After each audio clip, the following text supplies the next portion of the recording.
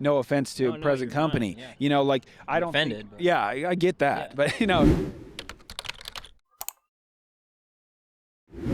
What's up, everybody? Johnny Disc Golf here again at the 2020 Las Vegas Challenge, and I am joined by the champion himself, Mr. Nate Sexton. How you doing, buddy? Fantastic, as you might imagine. Yes. Hard to be doing bad. You had a great weekend of golf.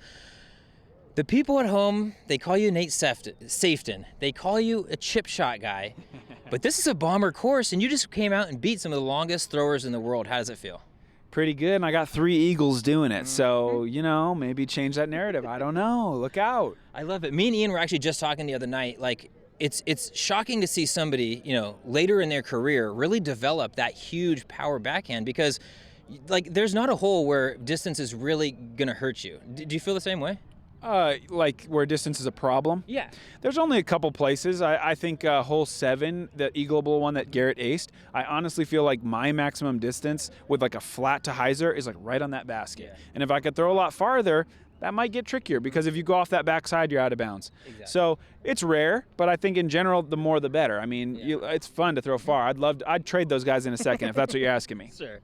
You just got the big championship or big win under your belt early in the season. Yeah. What was your mindset coming into this event? Were you thinking like, I want to go out here and win this, or was it just every other event for you? Every other event. I mean, excited because it was the first one, but no, obviously I have aspirations to win. But again, like you're saying, I kind of think of this as more bomber property, windy, not generally. Luckily, it wasn't that windy. I don't think of myself as a super, super strong wind golfer because it kind of comes with power and spin putts. I do a little bit of that, but not as much as some people. But no, I'm so excited. I have a streak all the way back since 2005, my first pro season, where I have won a tournament every single year. And I caught myself worrying a couple times this offseason, like, dang, I'm only playing the biggest tournaments in the world. Like, this is going to be pretty hard. Like, do I got to sneak a C tier in there to make the streak keep going? Yes. But yeah, you know, this is you know, I played a couple pro tournaments in 2004, so you could maybe say 17th season. And it's the best start yet. And Kel LaVisca told me it's LeBron's 17th season. So, you know, I'm trying to take that career arc and, you know, stay up there in that MVP discussion. I like that. It's a bold comparison going with LeBron. Everyone says physique, and a lot of people say I look like him. But a lot of people ask me why I gave basketball up with this body. Yeah, I know. But, the tough transition. But yeah, I had a different calling. Jokes aside, you just went out and played a great weekend, but you were playing with some players that a lot of people maybe haven't noticed before. Yeah. I'm thinking Luke Sampson. I'm thinking Tristan Tanner. What was it like playing with some of those new faces? Oh, it's fantastic. I mean, just to see some new guys that have a ton of talent. Tristan is 20 years old. He takes a one-step run-up, and he throws a sidearm forehand like 450 feet. Yeah. He's throwing backhands way past where I'm getting. I mean, just exciting. He's making spin putts. It's cool to see the level come up because he's light years ahead where I was when I was 20 years old.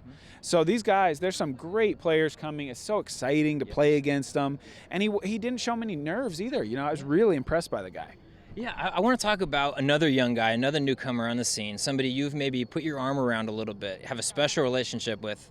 Thomas Gilbert, one of the farthest throwers on planet Earth. What's it been like, you know, building that relationship and getting to know him a little bit better? He's a great kid. I mean, we've been kind of coordinating, sharing some rental cars and stuff. I love practicing with him because he throws it so far that it just shows me, like, you know, then it doesn't seem like the guys I play against in the last round throw all that far. Yes. I mean, Garrett still does, but Thomas is crushing the disc, and it's fun just to bounce ideas off of him, talk to him about strategy. I just love his level-headed, calm demeanor. I think he's a nice guy. I would like to see him become a top player. So I try to coach him up a little bit where I can, and you know, give him some advice here and there, and see if I can help shorten that learning curve for him. We'll see. Yeah, we spoke a little bit during the third round. You said that he was like your little protege on the road. What's your goal for Thomas? Like, what do I think he's capable of? Yeah. Oh man, it's almost unlimited, I think, with putting the time in. I mean, he practices harder than I've ever practiced. The guy's like he lives in like north of Toronto. It's like negative 30 degrees, and he's getting his practice basket out in the college recreation center. And I'm sure everyone's looking at him like, there's that weird Frisbee guy again. And he's just ripping shots into like a net. And then he's coming out here and throwing 663 feet in the distance competition in the dark and the cold. So yeah, I think, let's say 1040 rated player. Okay. I'm not even that. I'm pretty confident about that. Yeah, conservative with it. Yeah. You said you're playing the biggest events this year, or only the biggest events. Las Vegas Challenge, just an A tier though. What was the motivation getting out here, getting a season started right here? Well, this is one of Innova's flagship events, and they told me that their support they were throwing behind the event was doing nothing but grow. So this may have been an A tier, but it had that national tour feel. It's a big show. The payout is huge, bigger than most national tours. So it doesn't. The tier level, immaterial really. I want the highest level of competition. I want to support an Innova event, and this one is always a great way to kick off my season because I can show up a couple days early and make a bunch of media with the Innova guys and talk to our media team and be able to kind of reconnect with everybody. So it was an obvious first choice for me to come here and spend some time with my biggest sponsor I've ever had and biggest sponsor I ever will have. I'm glad actually that you mentioned the media side of this because you, like you said, I think you said this is like your 17th pro year. Really the biggest change in your brand has been getting involved with the media, right? I'm thinking Chancellor's Chump Central Coast, then on to Jomez, obviously. Big Sexy is the probably biggest thing ever to hit disc golf. What's it been like making that transition from just a straight up player to now like almost an ambassador of the game? I love it. I mean, I would say I like to fill my trips with and feel productive. So I'm leaving my wife and my daughter at home. I like to have a couple spoons and a couple pots and like be out here and trying to make an impact. So not only do I make a little bit of money and get to build my brand even bigger, but also when I tee off at 1 and 2 in the afternoon, I wake up at 6. That's what my daughter did to me. I'm getting up that early every day. And then I'm just sitting on a couch like, okay, come on, like, let's go. I don't even do anything. I'm just waiting to go.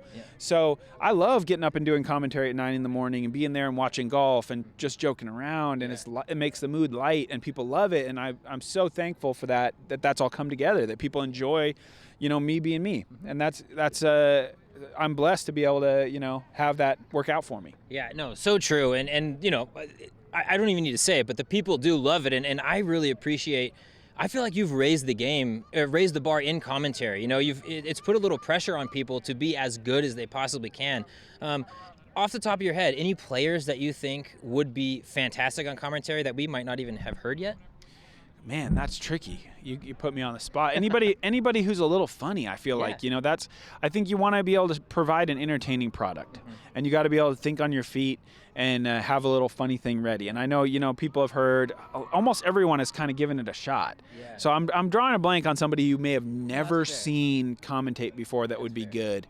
But those qualities are what you're looking for. But yeah, you want somebody who's just a natural speaker, someone who can get in front of people and talk and not get nervous, not trip over their words, because it can be tricky. All of a sudden it's live and it feels a little different. Yeah. You're not speaking naturally because people are listening. So you want somebody who's confident in the way that they speak and somebody who can kind of make a little joke but get back on it. I don't know. I think a lot of guys, a lot of Frisbee players are that kind of personality. So I think there's a lot of guys that can try their hand at it, and I would definitely recommend it if you get the chance. Is there ever a thought in your mind, or has there ever been a thought like to transition from being a player as number one to maybe shifting into more of a broadcaster or of like a media professional? I mean, it really depends where the game goes, because I can't see myself committing the travel time away from my family and away from home just to be a media guy. No offense to present company. Fine, I don't offended. Think, I get that. Yeah. But I don't know if it's a viable career choice for me at this time. Sure. Because you guys are already entrenched as like the leaders in media. So what am I going to do? I mean, I come in and do commentary, but I don't know if it would be worth it to me to do all the travel I already do and not play the golf and just be there to commentate. But you never know. The game could grow. That could become a more lucrative thing. I want to be involved my whole life. Yeah. So we'll see. But clearly, playing at the top level doesn't last forever. So I don't know what the future is going to hold. But yeah, I hope to be involved and bugging you guys through your speakers and through your headphones for as long as I can. Yeah, no, please do. Talking a little bit about the future, you just mentioned it. You don't know what the future holds, but I'm guessing you know what your near future holds. Yeah. You're renting a car. I just talked with Thomas, going to Memorial. What's this first leg of your tour look like? Are you on the road all the way through Texas? Are you going home after Memorial? What's that look like for you? Home after Memorial. I think I might not spend 3 weeks away at any stretch this year. I'm all airplanes, just going back and forth because my wife is first-year resident, 70-hour a week work, 6 days a week, sometimes night shifts, sometimes 24-hour shifts. Right. And daycare only goes 7. Yeah, it's not long. So I need to be home for my family. When my wife is working nights, there's some tournaments that are just flat out off the schedule for me. It doesn't matter. As much as I might want to get out there and play it, I can't. So I'm getting out as much as I possibly can, but I'm always kind of trying to jet back and be there to do my responsibilities as a father and as a husband. So. What's that been like for you? Because that's one of the things that this year has been it's like a focus for me. It's like the balance of the life with the life of a traveling disc golfer, because it takes such a commitment, especially at, you're flying in and out. It makes it a little bit easier. You're at the top of your game.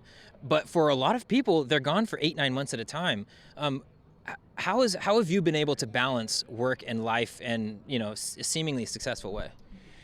It's like there's almost no choice. It's like I'm glad for the fact that I get to spend as much time at home as I do. And there were times, I remember a time with Macbeth where I was away from my wife for 15 straight weeks. I think that's the longest I ever did in the RV without ever coming home to say hi. It's not possible anymore with my daughter. So, it's balance, it's just kind of like life. Yeah. I don't even really feel like I'm balancing it. I feel like I'm just living and doing the best I can to fulfill all the obligations and to kind of have a chance to go after what I desire as well. So I'm really happy the spot I'm in now. I could never have seen the career that I'm having coming 6-7 years ago. I don't think there was I wouldn't even have guessed that it could have ever got this big and been this fun and been this successful, really. So happy. Just want to keep it going. Yeah, no, absolutely. And one way to keep it going, or one way for the people to help you keep it going, Sexton Firebirds. Oh, yeah. The 2020 release, they just came out. People, they have higher value, Sexton Firebirds, than CE Eagles, the old fancies. Yep. Everybody's loving them. Give us a breakdown. What's the run? Is it more stable? Is it less stable? Grippy? Flat? Yeah, it's grippy, a little bit flexible, like you would expect from that color glow that we've been using. I think this year it might be the most overstable. Really? It's pretty close. It's it's hard for me to remember. It's not like I go out and throw all the years very often, but it's overstable. Okay. And granted, I've thrown just one. I have one of them. But it was in my tournament bag, and it's overstable for sure. I don't think anybody's going to be flipping this thing. I even let Double G crush it, and he couldn't flip it. Oh, wow. Okay, that's borderline flat top Firebird. It isn't. It's not quite there. It's not quite there, but it's overstable. You're gonna.